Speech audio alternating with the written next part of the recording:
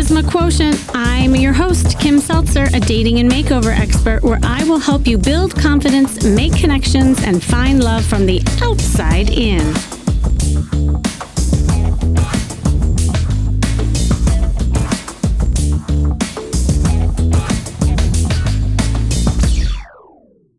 So when you meet someone for the first time, usually you're looking for that chemistry, right? That charge that is created when highly attracted to someone.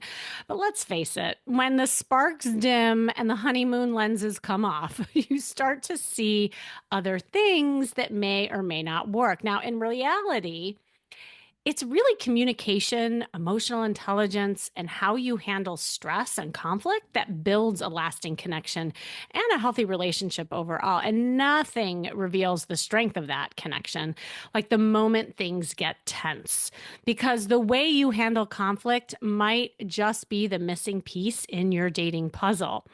So instead of your must-have list being, oh, well, he has to be at least 6 feet tall and have a great job. I mean, what if you replace that with, he has to have assertive communication style with a collaborator personality trait. Now, you probably don't know what that is, but you will in a second.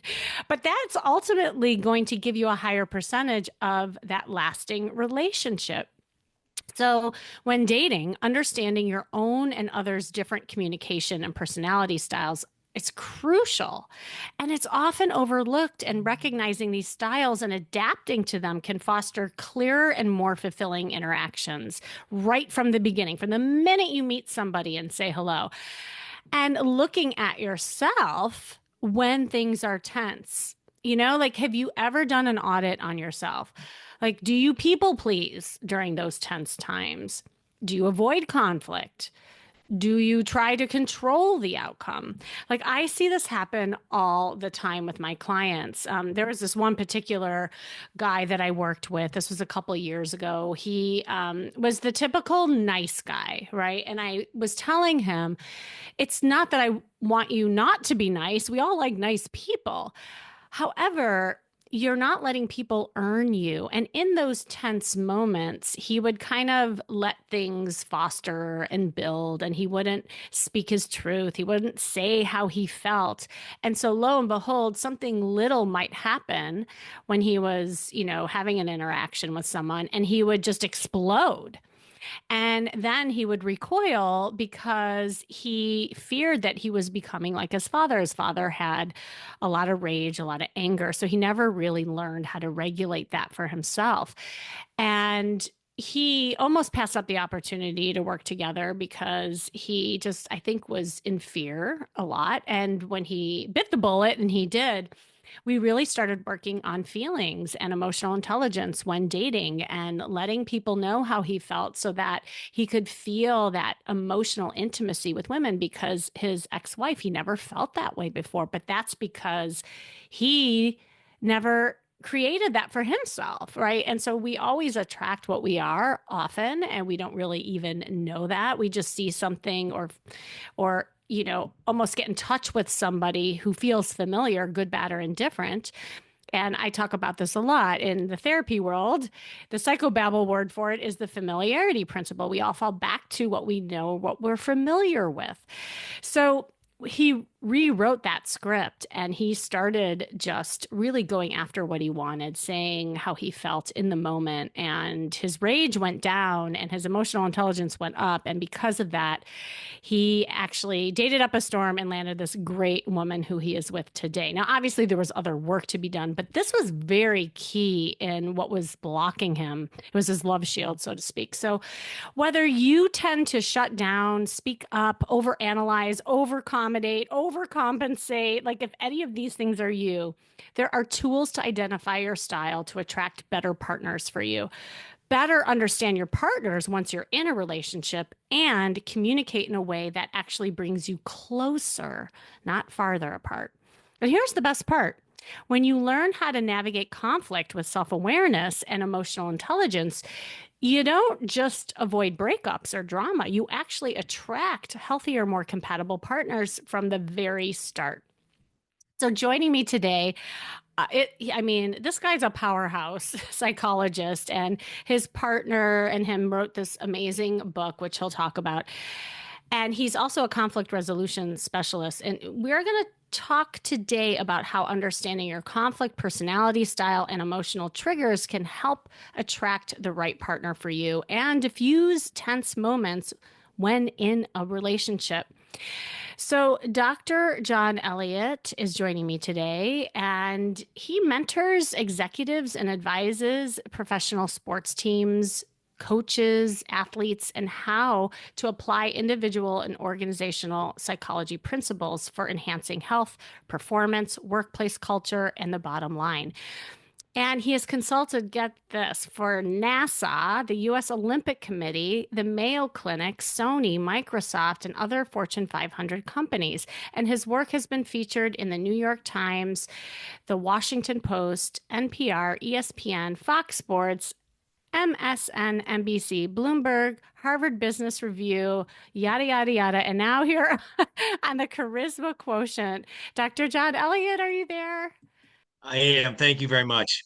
Hi, thanks for joining today. I when I saw your just kind of pitch come through, I was really excited. I don't think we've ever really talked about on this podcast how, conflict and just emotional intelligence and all that has to do with like who we attract. So super excited. I'd love to know more about you. I don't know. I mean, I know a little bit of what I read, but I'd love for you to share just like your story, how you got into all of this and really like focus on the conflict resolution side. Yeah, it's kind of a roundabout path and a very non-traditional, if you will, route to the field of psychology. I grew up. My dad was an Olympic ski coach, Hmm. and my sister and I, when we were little, we were traveling around the world with the Olympic program, and it was an amazing experience, and the people you meet, and the places you go, and so forth. But we were little kids, and so we weren't in it for the hoopla. We were in it because we like sports and we like hanging out with dad. Um, but along the way, it was my dad was always pushing the edge of the envelope. He used to say, "Find the better mousetrap. Whatever you're doing, there's a better mousetrap, and the mousetrap you have might work pretty well, but you can tweak it, you can improve it, and you can continue to find better ways to do things." And that was sort of the way that my sister and I saw the world. But interesting enough, we got lessons. Sort of our big brothers and sisters were ski jumpers and figure skaters, Mm. and guys like Scott Hamilton, right? And so we got to see not only how they approached being an athlete, but we got to see how they treated their teammates and how they talked to their coaches and how they talked to their fans. And you quickly, as a little kid, it's very impressionable. You see the folks you know that really have wonderful relationships, and they're really having fun, and they're the athletes that are stressed out, and they're constantly tense and on the edge, and yeah, they may be good, but they're not having any fun. And when you're Mm. 6 years old or 8 years old, you just want to have fun. And so I picked up a lot of lessons by osmosis, and then as I got older and was competing as an athlete and so forth, figuring out uh, what was what was a healthy approach to being great at what you do, because we all saw folks that won gold medals, but their life was a train wreck, and they were constantly in and out of relationships and in and out of rehab clinics and so forth. And you're like, yeah, it's great that they're the best in the world as an athlete, but man, I wouldn't want to live like they do, right? Mm. And so that just sort of feeded me down this path of um, let's not pursue excellence. Let's what is the healthy approach to excellence, so that we can not only be great at what we can do, but we have a lot of fun and have great relationships, and live a life that when you're 100 years old, you're looking back at just proud and happy with everything, and don't have anything you wish you'd done differently. That's awesome. And so then how did that kind of segue into the whole like conflict resolution stuff? When I got started in the field of psychology and working with professional sports teams. Mm. The the nuts and bolts of psychology as it applies to getting mentally ready to perform. That was plug and play and made sense and so forth. But I started to see that the teams, especially in the NBA and the NFL. the teams that were really consistently successful, and could year after year make the playoffs, um, were not just the teams that had the best athletes, Hmm. and not just the teams that were quote unquote mentally tough, but there are teams that had great locker room chemistry, and that the guys truly respected each other and truly cared about helping their teammates.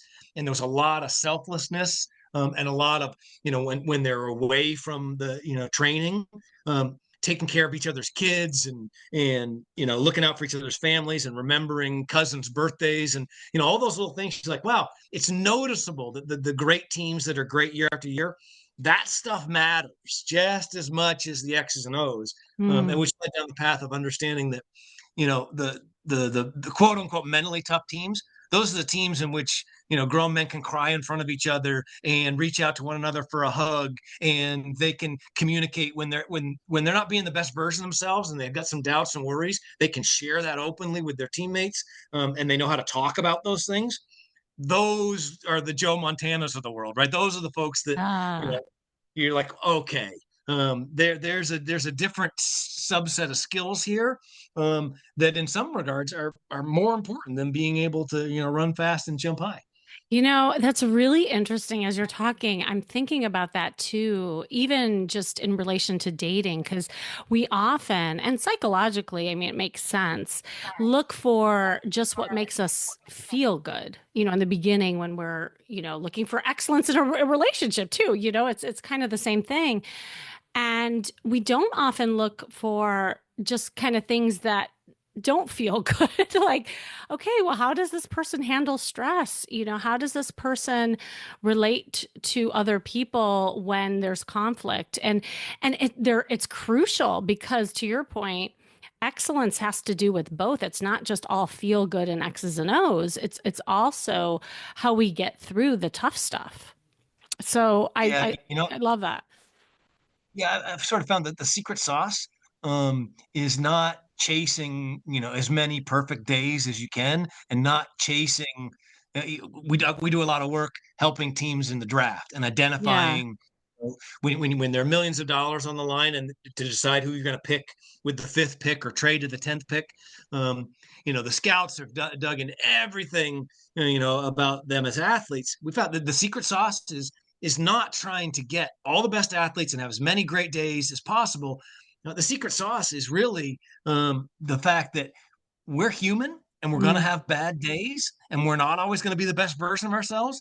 And it's that those points when you're not the best version of yourself that defines, what the potential is. In other words, if you spend time with someone when they're not the best version of themselves, and you let them spend time with you when you're not the best version of yourself, and you learn that person and how they handle it, and then you learn how to help each other in those moments, then you've got the nuts and bolts of great team chemistry. And then together, right, you're undefeatable, right? You can conquer the world if you, are okay, and be willing. You accept help and you want to help, and you respect somebody for, the days that they're not the best version of themselves. Yeah. That's where the real formula is, because everybody can have a great day and everybody can, be charming and beautiful and Mm. talented when everything's going the right for them and when they Right. wake up on the right side of the bed.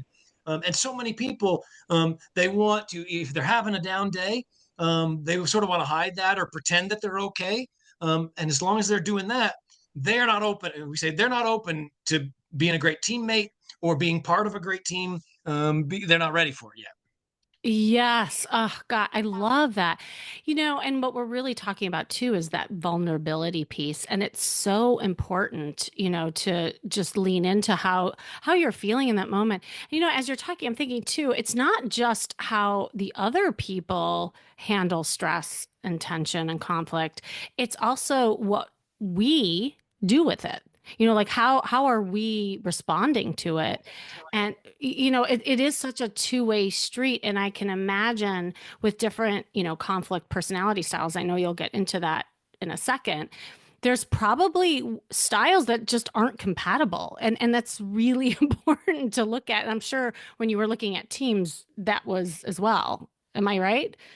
Oh yeah, absolutely. We use lots of sports analogies because we spent time in that world, but Right. you know, there we've identified the five basic personality types. When you're under stress, when you're under pressure, when your buttons get pushed, when you're not the best version of yourself, Uh-huh. you tend to have a set of habits that you go to, which form your personality style under conflict or under pressure.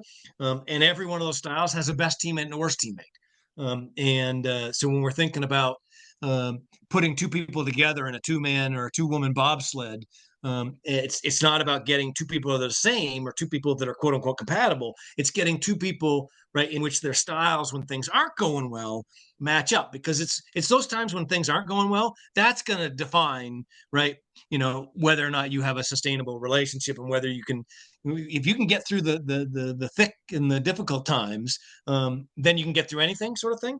So if you happen to match up with someone whose conflict style doesn't work well with your conflict style and vice versa, you'll constantly be butting heads. And in those situations, what we've found is you don't use conflict to benefit the relationship and benefit the fruits of the relationship. It's okay if you don't have the same style as somebody, but it'll just be much, much harder for you to use the bad days to your advantage. Yes. Oh my God. Okay, so stop teasing. Let's get into the 5% sales, because I think it'd be really fun to go through each one and then how it can relate to like when you're first meeting someone for the first time, like almost like what to look for. Yeah, and we put together, an instrument, and so people can take the test, and it gives them a scouting report and tells them, who they match well with and so forth. And happy to provide that for everybody. But Oh, uh, in gen- amazing. in general, there are five. We call them conflict personality styles. We call them go-tos. Like a pitcher in the bottom of the ninth inning, when you really need an out, when a pitch, the game is on the line with one pitch, you go to your best pitch for that moment, right? So we call them the conflict personality styles, your go-to style. It means what you go to or what your habit is when you're under pressure, when you get pushed, when you get threatened, when you feel off, when you're overtired or when you're dehydrated, right? And so the five styles are the avoider, the competitor, the analyzer, the collaborator, and the accommodator. I love it. I swear to God, like now my head is spinning. I could think of like how we could put some sort of test to this to like the kind of date you are, Like I was saying in the beginning of the podcast, most people don't put this on the list, when they're looking for somebody compatible. So I love this. Okay, can you give a little bit of like what each person is? Yeah. So, and I'm going to do this through the sports analogy because those are the the professional terms, right? The scientific jargon, Okay, and wait, they're useful. I have a great idea. So you do like the Yeah. sports analogy, and then Yep. I'll chime in with how that maybe might look out in the dating field. It's perfect, right? Okay, I Um, love it. and and we also use the sports nicknames. And in our book, we give the scientific nickname and the sports nickname and the acting nickname. And we give some examples of which one of these is Brad Pitt. Um, All the we women are also like, use "Oh, the I want nickname. that one." Yeah, exactly. The thing is, hey, Brad's talented and he's good looking and he has a charisma to him and so forth. But if his style doesn't match with you, it's just not going to work. Anyway, we use the sports nicknames also because the scientific names, people can sort of say, well, I don't want to be that, like the avoider. People, well, I don't want to be labeled an avoider. Avoiding is bad, right? Well, Hmm. in some situations, it's good, to avoid, and others poor. So we call the avoider the golfer, right? Because when you think about somebody, you got the Masters coming up, and if you're at Augusta and you're on the 18th hole with one putt to determine whether you win the Masters or not, what does someone in that situation do, right? Well, what they do is they get the information from their caddy as efficiently as they can, and then have the caddy get the heck off the green. They ignore the crowd, they ignore the scoreboard, and they spend their time. They walk on one side, they look at the putt, they walk at the other side, they take their time, they get comfortable, right? They're very methodical. They don't let the world rush them. There's no clock, right? There's no penalty. There's no Hmm. if 30 seconds go by, right? And so someone in that situation, they take their time, right? They have a narrow focus, and they're all about the process, right? And so Ah. the avoider, like the golfer, is process focused. They take their time. They do very well when they're narrow minded. Then again, this is under pressure. Under pressure, they put the blinders on, get narrow minded, get in their own headspace, sort of, right? To other people, it feels like they're avoiding because they don't want to talk to anybody else. They don't want to engage in discussion. They don't want to debate it, right? They want to methodically work through the steps that they've done time after time after time. And so, someone who is an avoider under pressure, when they get in a disagreement, that's what they'll do. They don't want to talk about it. They want to, hey, I'll get back to you later. Let me process it, in my own time. So that, okay, I can imagine what that might look like out there in the dating world. So, I mean, like when you're first meeting a person like this, it might be too that there's this like gap in response to things. Like it's like slow in the way that because they're like analytical, more like left brain type of people.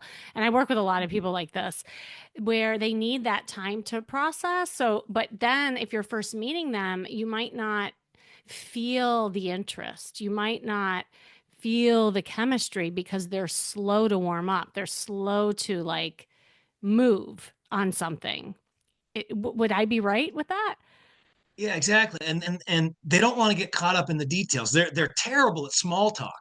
And so Yes, there are a lot of you go out on introverts. the date, and the conversation's kind of clumsy, and you bring Mhm. up a sort of touchy subject, and they change the subject on you, because they need some time to think about it, and they want to sort of formulate their thoughts before they give you a response.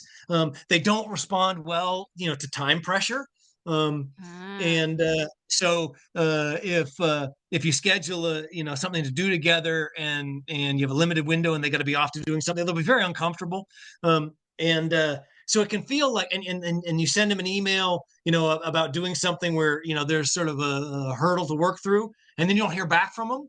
You're like, well, they just not, did they not like me? Did I say something wrong? It's like, no, that first of all, they ignore the small stuff, and they only care about the big things. And then they're going to take their time working on their big things, and they're going to get back to you later. And they like to, when something's really challenging, they like to work solo, right? And so if there's something difficult going on in their life, and you say, hey, how can I help, and let me do this with you, and so forth, they'll push back, because they, when times are really tough, they work better individually.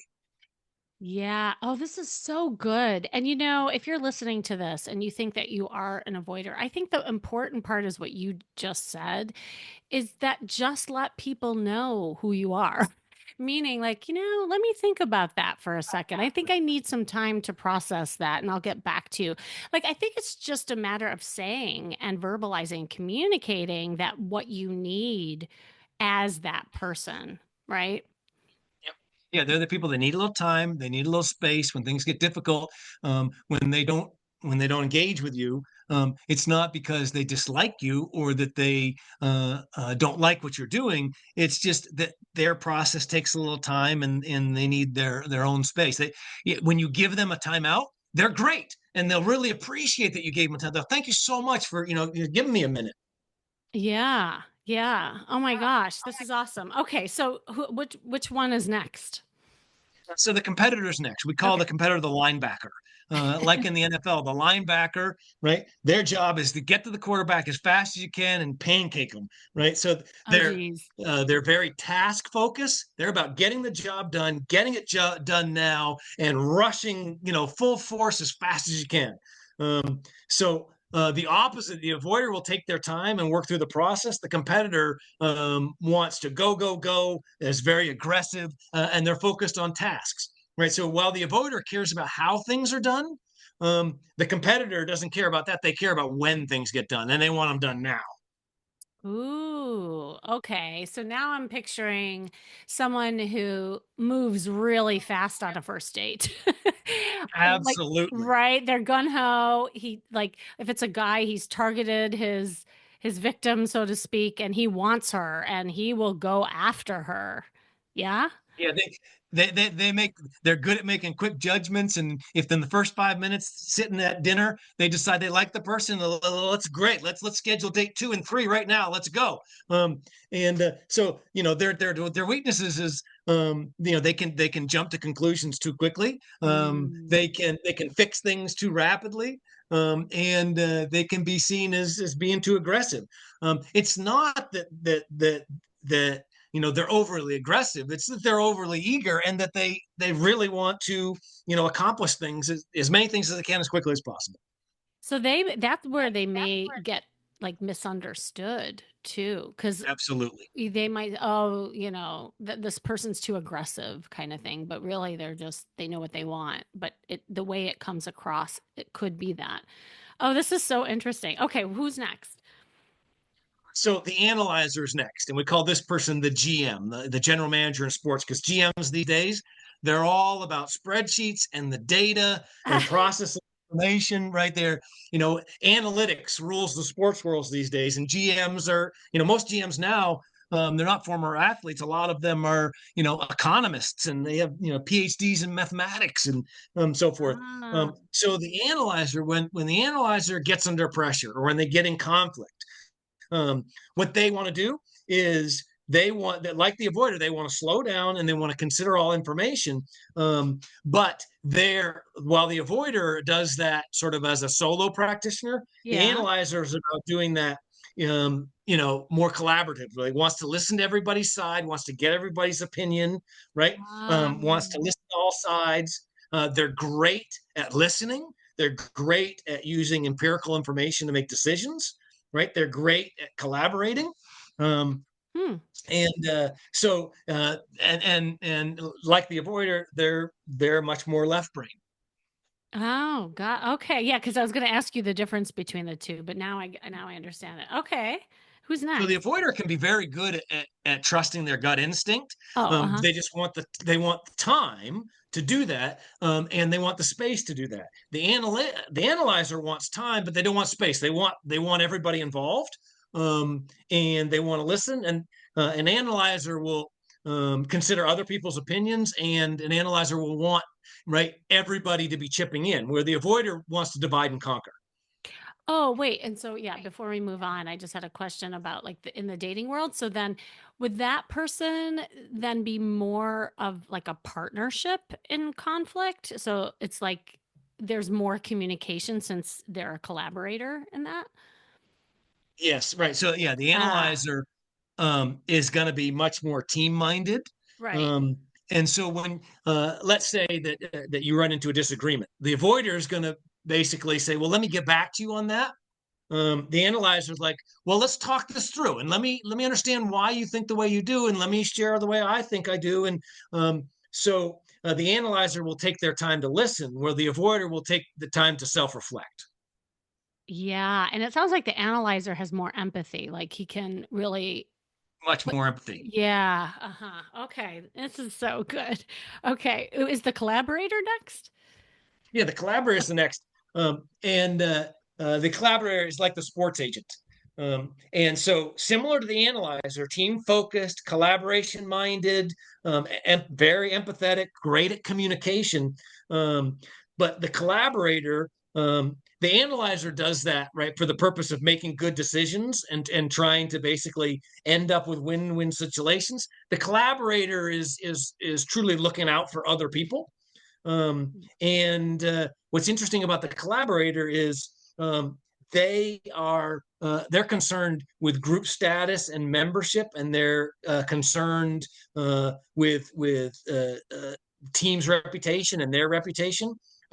And so while the analyzer truly is listening and empathetic because they care about the substance of what's going on, Mm. the collaborator cares about the window dressing, right? Cares about relationships and reputations and those sort of things. And the way you say it, the analyzer will go for a good solution that makes sense empirically, where the collaborator, the good solution is what makes everybody look good and makes everybody feel good. So, what would the downside be in being a collaborator?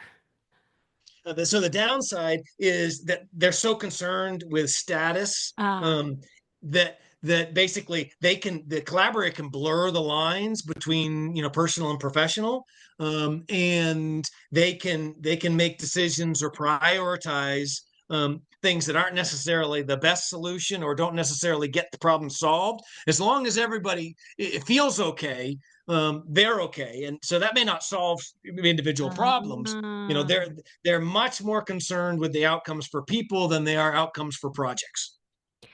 Okay, I'm going to go on a limb here to say, would these be people who might get caught up in relationships where they focus too much on the other person and not enough of themselves? Absolutely. That's Uh-huh. absolutely right. Right. So So the, I the, have the, an the archetype for that. I call like my ladies who go for men like this, I call them the narcissist magnet.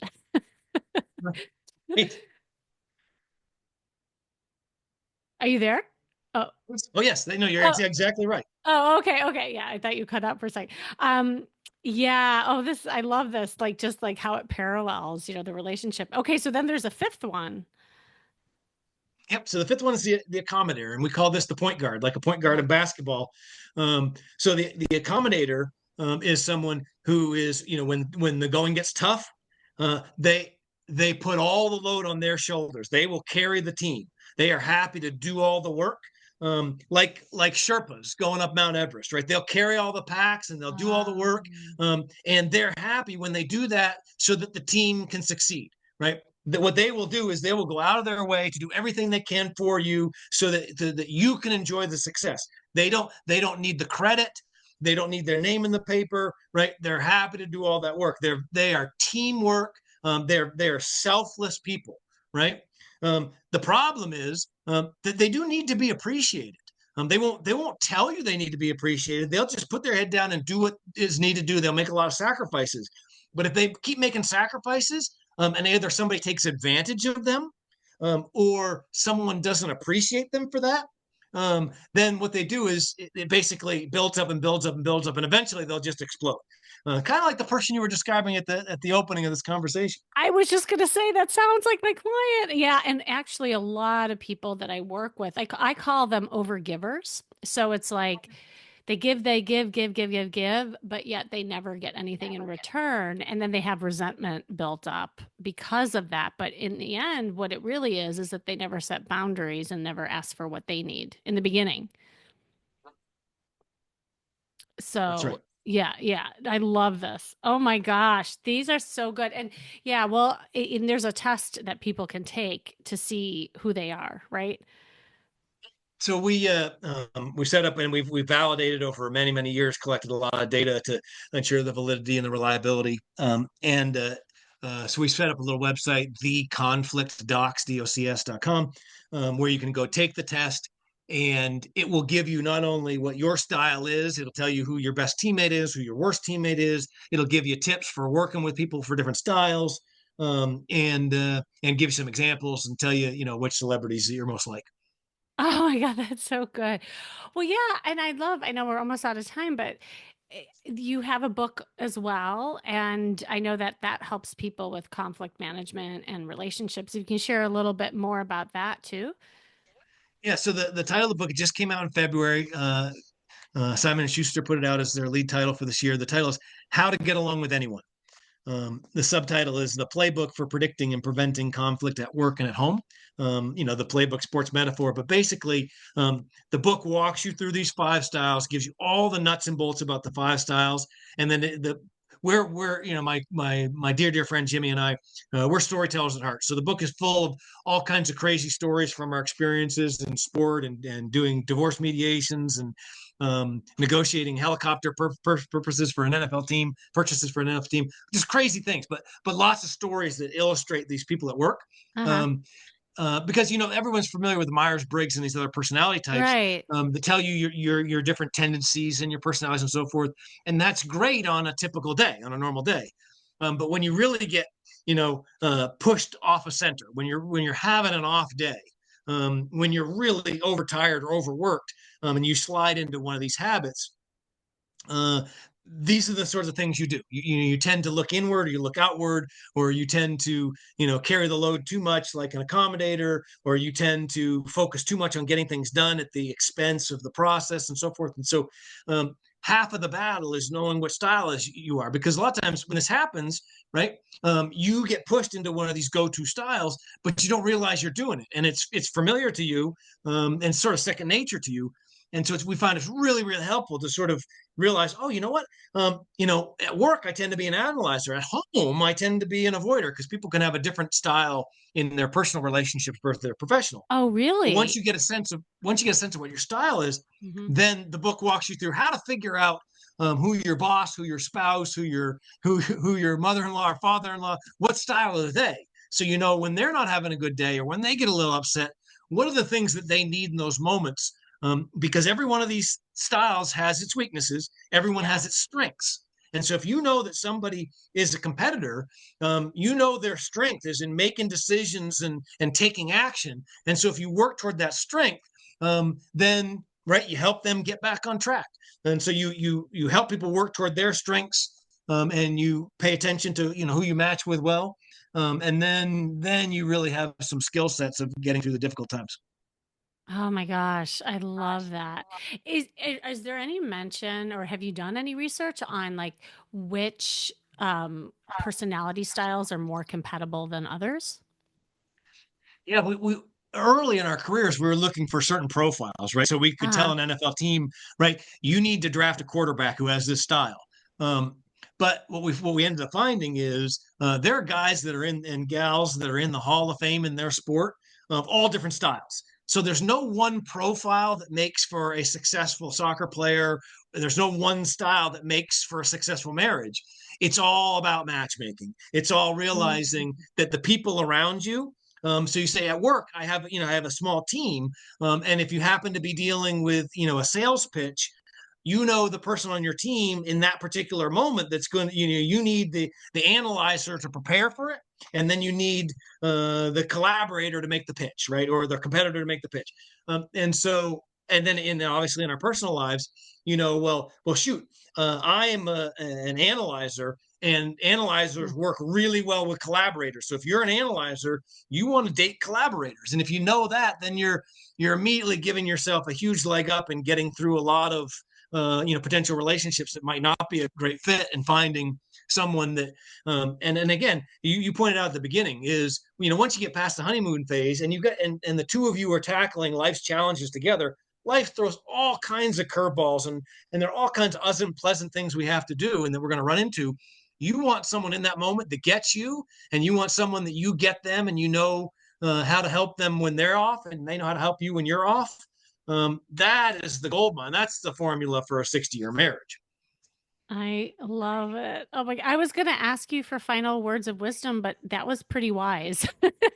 What you Well, thank just you so said. much. Oh my gosh, thank you so much for joining. It was really, really great. Do you want to just say again where everybody can find your book and the test they can take? Yeah, but so books everywhere, Barnes and Noble and Amazon, Borders, Books a Million and so forth. And there are links to all. We love the small, small town private booksellers. So there's a whole list of them Mhm. on our website. The book How to Get Along with Anyone, and the website www.theconflictdocs.com. Awesome. Thank you so, so much. I love Oh, the this. pleasure's all mine. Thank you. And thanks for joining me today. You listening. This has been the Charisma Quotient. I'm your host, of course, Kimmy Seltzer. And remember, you can build confidence, make connections, and find love from the outside in. And if you want to know more, make sure you go to my site, as always, kimmyseltzer.com. Definitely make sure you check out their amazing book, especially this one, How to Get Along with Anyone. And if you have a hard time finding your voice to attract healthier relationships, make sure you book a private call with me so that I can help you specifically. Just click the link you see in the show notes. And remember, working on you is working on your dating life. That's all for now.